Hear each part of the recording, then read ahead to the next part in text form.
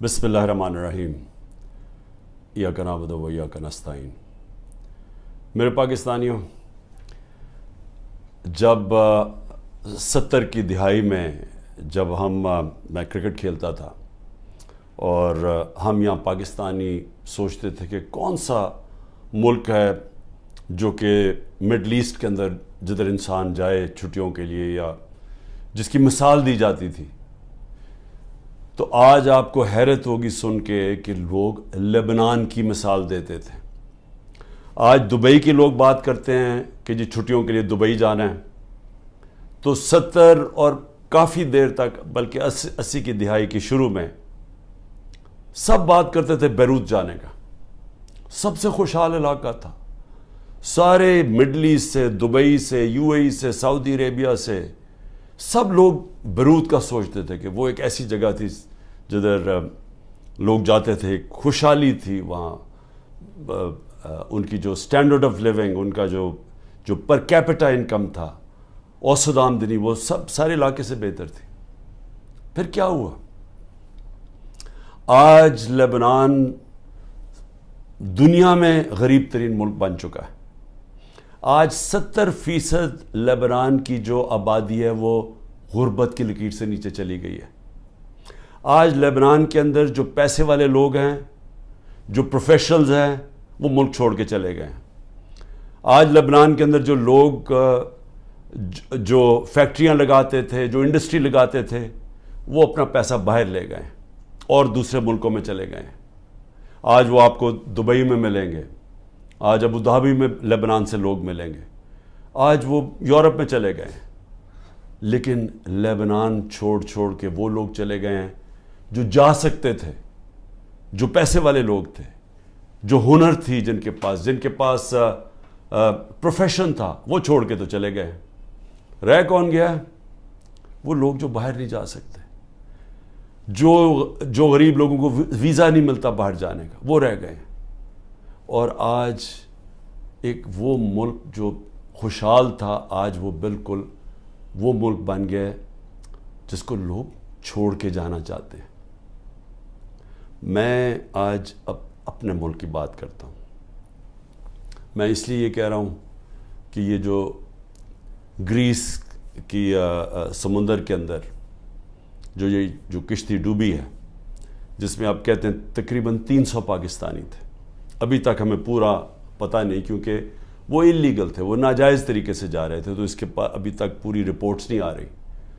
لیکن جو میں نے ابھی تک پڑھا وہ یہ کہ جو لوگ اس کشتی پہ تھے ان سے مغربی اخباروں نے انٹرویو لیا، ان کے جو لوگ بچے تھے یا جنہوں نے وہاں سے جو یہ آزاد کشمیر سے کئی لوگ گئے ہوئے تھے، تو جب ان کے انٹرویو میں پوچھا گیا، انہوں نے کہا امید ہی ہم کچھ نہیں تھی، ہمیں امید ہی نہیں تھی کہ ہم اپنی زندگی بہتر کر سکتے ہیں۔ اس لیے وہ ساروں نے کیا کیا؟ پیسہ جمع کیا، قرضے لیے، پیسہ جمع کیا، قرضے لیے، پھر ناجائز طریقے سے ان کو یہ کوشش تھی کہ کہیں کسی طرح ہم یورپ میں چلے جائیں، ملک چھوڑ کے کسی طرح نکل جائے، یہاں امید ختم ہو گئی تھی۔ آج صرف جو یہ ہمارے غریب لوگ جن کے پاس اب بے روزگاری بڑھتی جا رہی ہے، آج صرف وہی نہیں، صرف چھوڑ کے جا رہے ہیں۔ ہمارے 10 لاکھ پروفیشنل ملک چھوڑ کے چلے گئے اور جا رہے ہیں۔ میں نے اپنے ہسپتال کی مثال اس لیے دی کیونکہ جو کینسر ہسپتال میں اسپیشلسٹ ہوتے ہیں، دنیا میں ڈیمانڈ ہوتی ہے، دنیا میں کہیں جائیں تو جتنے ہم ان کو تنخواہ دیتے ہیں 4-5 گنا زیادہ تنخواہ مل سکتی ہے وہاں۔ تو 10% ہمارے کنسلٹنٹ شوکت خان ہم سے چھوڑ کے چلے گئے ہیں یا جانے والے ہیں، کیونکہ امید چلی گئی ہے ان کو۔ اسی طرح ہر جگہ سے یہ رپورٹ آ رہی ہے، فیکٹریز پہ جو بڑے بزنسز تھیں جدھر انہوں نے پروفیشنلز ہائر کیے ہوئے تھے، ہر جگہ سے یہی آواز آ رہی ہے کہ جی لوگ سمجھتے ہیں کہ پاکستان میں امید ختم ہو گئی ہے، آگے کوئی ان کو نظر نہیں آ رہا۔ لوگ مشکل وقت برداشت کر لیتے ہیں، ہم روزہ رکھ لیتے ہیں، پتہ کہ شام کو ہم نے روزہ کھولا ہے، بھوکے رہتے ہیں سارا دن۔ اسی طرح لوگوں کو اگر یہ امید ہو کہ آگے جا کے حالات بہتر ہو جائیں گے، وہ کہا ٹھیک ہے یہ مشکل وقت برداشت کر لیتے. لیکن جو حالات اب جا رہے ہیں, لوگوں کی امید جا رہی ہے ملک سے. اور میں یہ جو آج بات کر رہا ہوں میں اس لیے کر رہا ہوں, وہ جو لوگ آج اقتدار میں بیٹھے ہوئے ہیں میں ان کے لیے یہ سامنے رکھ رہا ہوں. دو قسم کے لوگ ہیں نا, ایک تو وہ ہیں جو کہ NRO والے ہیں جنہوں نے اپنے پیسہ بچانا تھا, جو صرف آئے ملک سے اس لیے تھے کہ ان کے اربوں روپے کے اوپر کرپشن کیسز تھے, تو انہوں نے تو NRO لینا تھا. میرے سے بڑی کوشش کی, میرے پیچھے پڑے رہے, پروپیگنڈا کیمپین کرتے رہے, اپنے میڈیا ہاؤسز کے ذریعے میرے خلاف پوری کیمپین چلائی کہ ملک تباہ ہو گیا, مہنگائی بہت بڑھ گئی ہے. تو انہوں نے تو, ان کا مقصد کوئی ملک کی تو بہتری تھی نہیں, کہ ان کا تو پیسہ باہر پڑا, چوری کر کے ملک کا پیسہ باہر لے گئے ہیں. تو یہاں اگر جب روپیہ گرتا ہے تو ان کو تو کوئی فرق نہیں پڑتا, ملک اگر نیچے جائے گا ان کو کیا فرق پڑے گا. آج اگر یہاں لوگوں کی امید ختم ہوتی جا رہی ہے تو یہ ان کو تو کوئی فرق, ان کا پیسہ ہی پہلے باہر پڑا ہوا ہے. تو اس لیے ایک تو یہ ٹائپ ہے, لیکن دوسرے بھی ہیں, وہ ایسے لوگ ہیں جو آج اقتدار میں بیٹھے جن کا جینا مرنا اس ملک میں. میں تو ان سے آج بات کر رہا ہوں. میں لیبنان کی اس لیے مثال دے رہا ہوں کہ ہم بڑی تیزی سے اس طرف جا رہے ہیں. ہم اس وقت اتنی تیزی سے وہاں جا رہے ہیں کیونکہ ملک کے اندر جو دولت بڑھتی ہے, جس کو ویلتھ کریشن کہتے ہیں, دولت میں جو اضافہ ہوتا ہے وہ تو سکڑ کے 6% سے جا کے نیچے چلا گیا ہے 0.2%, کئی کہتے ہیں اسے بھی نیچے چلا گیا. جو انڈسٹری جس کی وجہ سے روزگار ملتا تھا لوگوں کو, انڈسٹری جو ایک ایسی چیز ہے جس کی وجہ سے ٹیکس بڑھتا ہے, کیونکہ دولت بنتی ہے اس میں سے ٹیکس بنتا ہے, ملک کی آمدنی بڑھتی ہے, اس میں سے ایکسپورٹس بڑھتی ہیں, تاکہ آپ جو یہاں ڈالرز ملک میں آئیں. وہ جو انڈسٹری تیزی سے بڑھ رہی تھی وہ انڈسٹری تو نیچے چلی گئی ہے. ٹیکسٹائل انڈسٹری جو سب سے بڑی ہماری, جس کی وجہ سے ڈالر ملک میں آتے ہیں, ابھی سینٹ ہیئرنگ کے اندر وہ ٹیکسٹائل انڈسٹری والے لوگوں نے سینٹ کے اندر جا کے بتایا ہے کہ 40% پاکستان کی ٹیکسٹائل انڈسٹری بند ہو چکی ہے. 70 لاکھ لوگ جو ٹیکسٹائل انڈسٹری میں کام کرتے تھے وہ بے روزگار ہو گئے ہیں, اور 25% مزید اگر انہوں نے کہا کہ یہ آپ نے نہ کیا, جو قیمتیں آپ نے اتنی چڑھا دی ہیں, بجلی کی قیمت دگنی ہو گئی ہے, گیس کی قیمت کہاں سے کم پہنچ, اگر یہ آپ نے کم نہ کی تو 25% مزید اور بند ہو رہی ہے. اب یہ یاد رکھیں کہ یہ صرف سال پہلے فیصل آباد کے لوگوں سے پوچھیں, مجھے ٹیکسٹائل والے لوگ کہتے تھے کہ ہمیں ٹیکسٹائل کا ورکر نہیں مل رہا. ٹیکسٹائل انڈسٹری بوم کر رہی تھی, ٹیکسٹائل انڈسٹری کی ایکسپورٹس ریکارڈ تھی, اس کی جو وہ ٹیکس دے رہی تھی ہمیں. تو وہ 1 سال کے اندر یہ ملک کدھر سے کدھر گیا ہے کہ میں نے صرف یہ تو ٹیکسٹائل انڈسٹری جب گئی, ایکسپورٹس کم ہوئی, باقی بھی ایکسپورٹس جب کم ہوئی, جو ہمیں ڈالر میں بھیج رہے تھے ریمیٹنسز, جو ورکرز تھے, وہ 13% کم ہو گئی. ہم نے صرف 1 سال کے اندر جو ڈالر ہر سال بڑھ رہا تھا, ہمارے آخری 2-3 سال ڈالر بڑھتے جا رہے تھے, ریمیٹنسز بڑھتی جا رہی تھی, ایکسپورٹس بڑھتی جا رہی تھی, ہر سال بڑھتی جا رہی تھی, ریکارڈ تھی ہماری آخری 1 سال میں. وہ صرف جو ریمیٹنسز میں کمی ہوئی ہے اور جو ایکسپورٹس میں کمی ہوئی ہے وہ 7.1 ارب ڈالر ہوا ہے. ہم IMF سے 7 ارب ڈالر کا قرضہ مانگ رہے ہیں. اتنا 1 سال کے اندر کمی آ گئی ہے ڈالرز کے اندر آنے میں, اور یہ مزید اور نیچے جا رہا ہے, کیونکہ جتنا جو مارکیٹ میں ڈالر بک رہا ہے اور جو اس کی آفیشیل ریٹ ہے اس میں جتنا فرق بڑھتا جا رہا ہے اتنا اور پیسہ بینکنگ چینل سے نہیں آ رہا, یعنی کہ ملک کو اتنا اور کمی ہوتی جا رہی ہے ڈالرز کی. اور جس طرح ہماری انڈسٹری بند ہوتی جا رہی ہے, ڈی انڈسٹریلائز ہو رہا ہے, آگے بے روزگاری بھی بڑھتی جا رہی ہے, اور ہمارا ٹیکس بھی کم ہوتا جا رہا ہے, اور آگے جا کے جو ہمارا ایکسپورٹس جو ڈالرز آنے ہیں وہ مزید اور کم ہوتے جا رہے ہیں. تو ملک میں امید کیوں جا رہی ہے لوگوں کی؟ کیونکہ ان کے پاس اب کوئی راستہ ہی نہیں ہے اس کو چینج کرنے کا. جو کوئی بھی روڈ میپ ہوتا ہے کہ ہاں یہ کرائسس آ گیا, ایسے نکلنا کیسے ہے, سامنے تو ان کے پاس کوئی روڈ میپ ہی نہیں ہے. اوپر سے آئی ایم ایف کے ساتھ سمجھوتا نہیں ہوا. اب یہ بھی سمجھ لیں کہ آئی ایم ایف کے ساتھ سمجھوتے کا کیا مطلب ہے کہ آئی ایم ایف کہ اب ہمارے پاس ہم نے آگے ادائی کرنی ہے ہماری جو قرضوں کے اوپر قسطیں ہیں ڈالرز کی, اب وہ ہمارے پاس ہے ہی نہیں, اور اگر ہم نے ڈالرز نہ دیے تو ڈیفالٹ کر جائے گا. ڈیفالٹ کر گیا تو بھی پاکستان کی تاریخ میں 38% مہنگائی ہے, تاریخ میں سب سے زیادہ. انہوں نے جب پروپیگنڈا میرے خلاف کیا تھا سب نے مل کے, یہ این آر او والوں نے اور ان کے ساتھ جو میڈیا ہاؤسز تھے, تو 12.4% تھی مہنگائی, آج 38% ہے. تو مہنگائی بھی بڑھ گئی ہے, بے روزگاری بھی بڑھ رہی ہے, ساتھ ساتھ امید بھی ختم ہو گئی ہے. یہاں سے لوگ باہر جا رہے ہیں, پروفیشنلز باہر جا رہے ہیں. جو ایک ملک کی ریڑھ کی ہڈی ہوتی ہے, جو ملک میں پروفیشنلز ہوتے ہیں, جب وہ چھوڑ کے چلے جائیں تو ملک آگے کیسے بڑھے گا؟ کس نے آ کے انڈسٹری لگانی ہے؟ اور جب روپیہ گرتا جا رہا ہے تو لوگ ڈالرز پکڑ کے بیٹھ گئے ہیں, سرمایہ کاری کس نے کرنی ہے؟ تو آگے تو کوئی امید ہی نہیں ہے.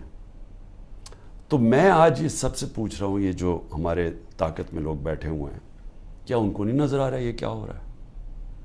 اور کیا ان کا تو مجھے سمجھ آتی ہے, یہ این آر او والے یہ جو سارے مل کے بیٹھے ہوئے ہیں اپنی چوری بچانے جو آئے تھے, کیونکہ ان کا تو مقصد ہی صرف پیسہ بچانا ہے اپنا.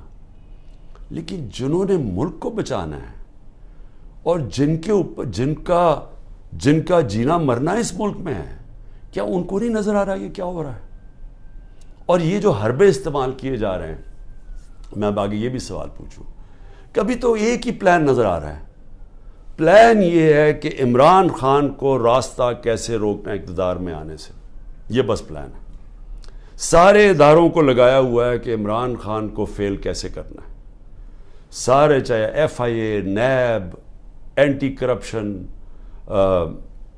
وہ جو ایف بی آر, یعنی اپنی ایجنسیز, بس پولیس, مقصد کیا جی کہ کسی طرح عمران خان کا راستہ روکنے کے لیے ظلم کرو لوگوں کو, جو عمران خان کے رشتہ دار ہوں, چاہے وہ ہماری پارٹی کے اندر لوگ ہوں, ٹکٹ ہولڈرز ہوں, ٹکٹ ہولڈرز کے رشتہ دار ہوں, سب کے اوپر ایک ظلم کا نظام شروع ہوا ہے. آڑ لی ہوئی ہے اس کی, یہ جو 9 مئی کی, جو ہم سب کہہ رہے ہیں کہ تحقیقات ہونی چاہیے جنہوں نے کیا ہے, اس کے اوپر کوئی انڈیپینڈنٹ انویسٹیگیشن نہیں کرنی. وہ خود ہی فیصلہ کر لیا ہے, پہلے سے پلان ہوا تھا کہ جناب یہ آپ نے یہ کرنا ہے, یہ 4-5 جگہ آگ لگے گی اور اس کے آڑ میں لے کے تحریک انصاف کے پیچھے اور عمران خان کو غدار کہہ دو اور ان کے اوپر ساری پارٹی کو بند کر دو. تو خیر سختی تو پہلے سے شروع ہوئی تھی, یہ تو پہلی دفعہ تو نہیں, یہ تو 25 مئی پچھلے سال سے ہمارے اوپر سختیاں شروع ہوئی تھیں. لیکن ایک اور لیول کی سختی شروع ہو گئی ہے, لوگوں کے گھروں میں گھستے ہیں, یعنی چلیں گھر توڑ دیا, چلیں لوگوں کو جیلوں میں ڈال دیا, چلیں یہ بھی ٹھیک, لیکن گھر کی عورتوں سے جو ہو رہا ہے, مجھے ابھی تک بچوں سے جو ہو رہا ہے, میں تو ابھی تک یہ میرے ذہن میں یہ پوری طرح چیز اس کی کوئی مجھے سمجھ ہی نہیں آ رہی. میں اس کو سمجھنے کی کوشش کر رہا ہوں کہ یہ کون سا ذہن ہے جو یہ کر رہا ہے کہ لوگوں کے بچوں کے اوپر, اسکول کے بچوں کے اوپر ان کی دھمکیاں دیتے ہیں, عورتوں کے اوپر. ابھی ایک ڈاکٹر طاہر ایکس منسٹر رہ چکا مشرف کے دور میں, وہ ساری میڈیکل کمیونٹی جاتی ہے اس ڈاکٹر کو, اس نے اپنی پوری کہانی لکھی ہے کہ کہتا میں گھر میں مجھے پتہ ہی نہیں تھا, نہ میں کسی مظاہرے میں شرکت کی ہے, گھر میں آئے, مجھے اٹھایا, گھر میں توڑ پھوڑ کی, بیوی کو بٹ مارے, بندوق کے بٹ مارے بیوی کو, اس کو جا کے چکی میں ڈال دیا, جو کہ وہ سزائے موت والے قیدیوں کو ڈالتے ہیں. وہ اس کے 2 مریض تھے, ایک مرگی کی مریض تھی, ایک اس کو سٹروک ہو چکی تھی, وہ ڈاکٹر تھا, 10 دن اس کو وہاں بند کر دیا. یعنی کوئی اس میں, یعنی ایسے کوئی حیوانوں کے آرڈرز دیے ہوئے ہیں کہ جو ملے اس کو پکڑ کے یہ ظلم شروع کر دو اس کے اوپر. لیکن عورتوں کے اوپر, اس کی بیویوں کو بٹ مارے, وہ کہتا, اس نے اپنا لکھا ہے, کہتا چلیں ٹھیک ہے, مجھے کیا, مجھے اٹھا کے, مجھے کھینچ کے, جس طرح کے کوئی مجرم ہوتا ہے گھر سے نکالا انہوں نے, اور جس طرح گھسے رات کے 3 بجے. لیکن وہ بیوی کو بٹ مارنا، اس کے زخم کیے ہوئے ہیں. اور اسی طرح سارے یہ کہانیاں آتی ہیں کہ گھروں میں بیویوں عورتوں سے، عثمان ڈار کی والدہ سے بدتمیزی، اس کو دھکے دے رہے ہیں.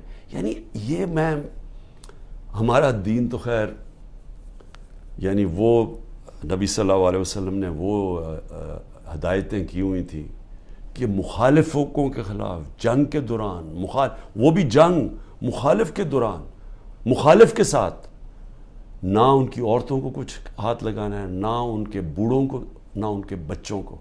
یہ ہدایت تھی جنگ کے دوران. تو یہاں تو اپنے لوگوں سے کیا جا رہا ہے.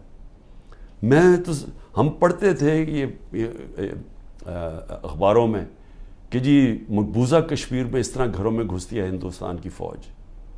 فلسطینیوں سے سنتے تھے، لیکن وہاں بھی عورتیں بچوں سے اتنا نہیں ہم نے سنا جو اب ہو رہا ہے. تو اس سے کیا، یعنی اس سے حاصل کیا ہوگا؟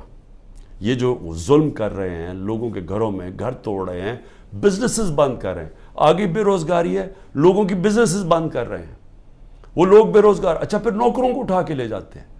مجھے ابھی یہ نہیں سمجھ آئی، وہ بیچارے نوکر جو اپنی بیوی بچوں کا پیٹ پال رہے ہیں، ان کو اٹھا کے لے جاتے ہیں اور ان کو مارتے ہیں، ان کے اوپر ظلم کرتے ہیں. میری بہن کا نوکر 20-25 سال سے ہمارا ہوتا تھا یہاں زمان پاک میں، رحیم خنسامہ جو تھا، اس کو میری بہن کے گھر آ کے اس کو اٹھا کے لے گئے، اس کے ڈرائیور کو بھی. لیکن اس کو انہوں نے ایسا بند کمرے میں رکھا، پتہ نہیں ابھی تک وہ وینٹیلیٹر سے اترا یا نہیں. 3 ہفتے وہ وینٹیلیٹر پہ رہا ہے. 3 ہفتے وہ اپنی زندگی موت کی جنگ لڑتا رہا. تو غریبوں سے بھی ظلم. تو اس سے کیا، اچھا اب اس سے کیا حاصل کیا ہو رہا ہے؟ میرا یہ اگلا سوال ہے.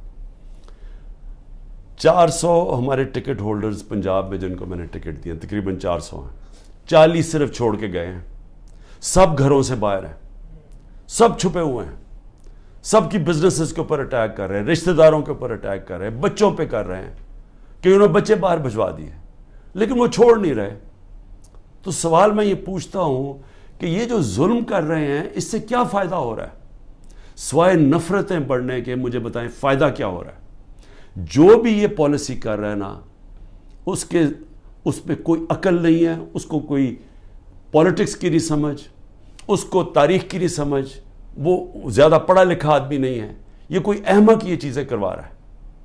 سوائے نفرت کے بڑھنے کے اور یہ ظلم کرنے کے، اس سے فائدہ کیا ہو رہا ہے؟ کیونکہ لوگ تو چھوڑ نہیں رہے. جو چھوڑ کے گئے ہیں، آپ نے یہ نہیں، مجھے نقصان نہیں پہنچایا جو چھوڑ کے گئے ہیں. آپ نے ان کے کریئر ختم کر دیے، آپ ان کی پالیٹکس ختم کر دی ہے. جو چھوڑ کے گیا اس کی پالیٹکس ختم ہے. اور یہ سوال پوچھیں گے کیوں نہیں چھوڑ کے جا رہے؟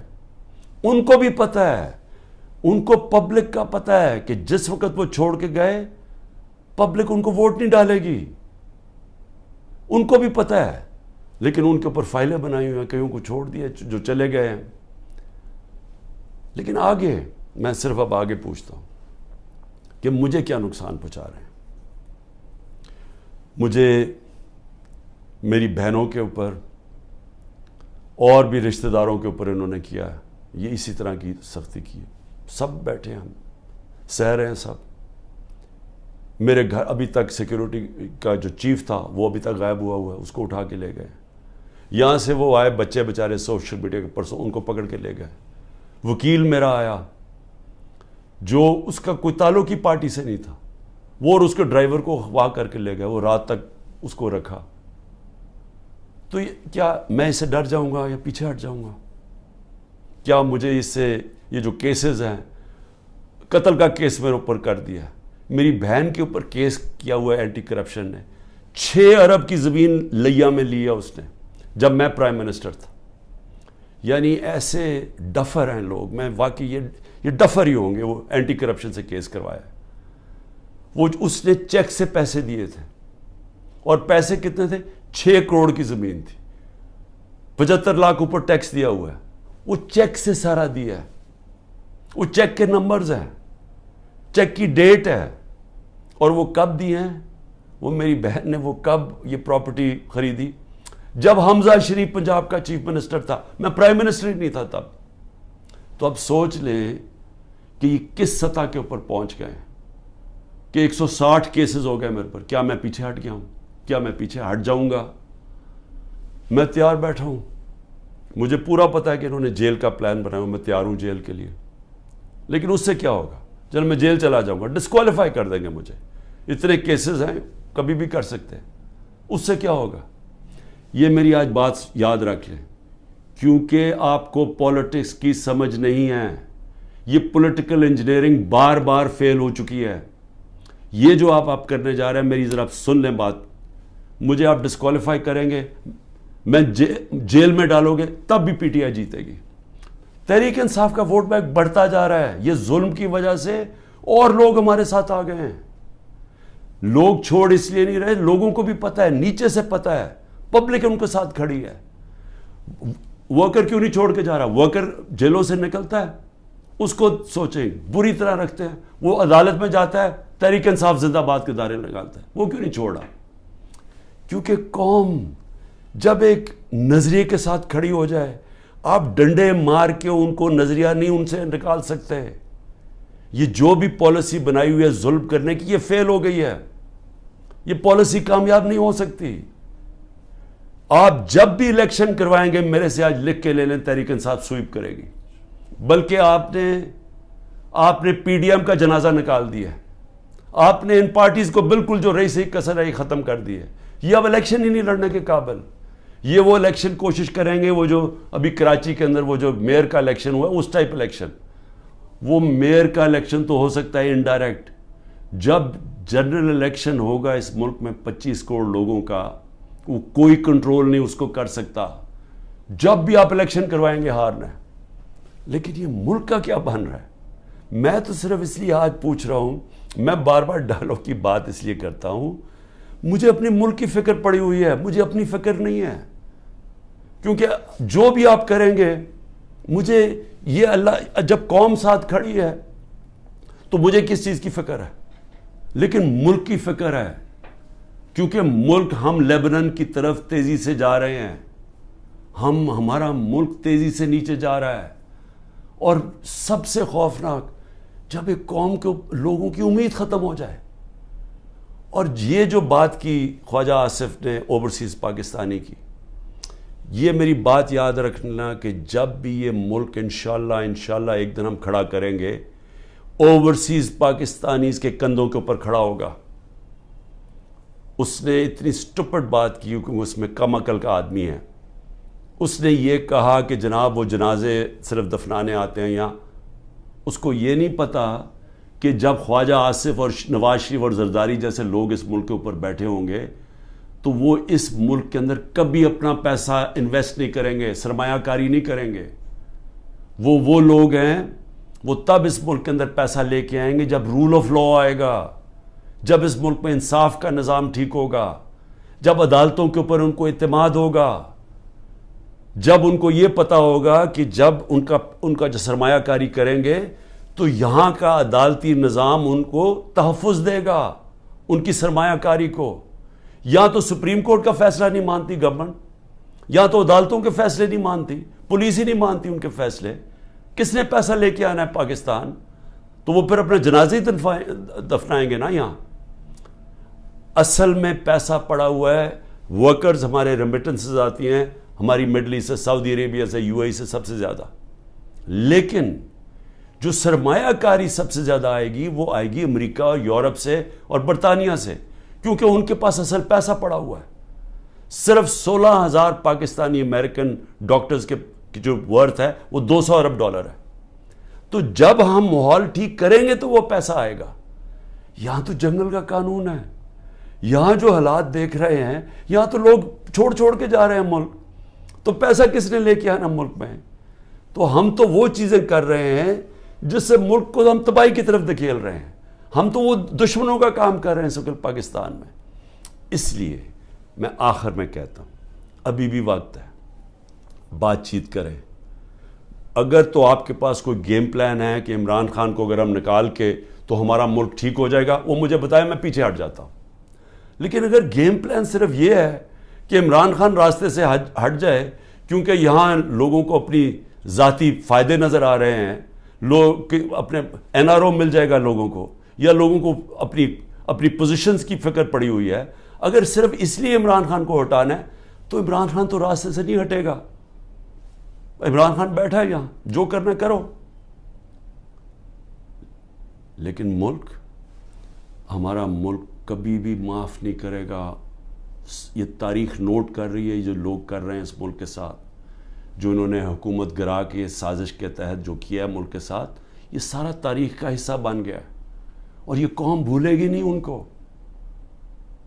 پاکستان پائندہ باد.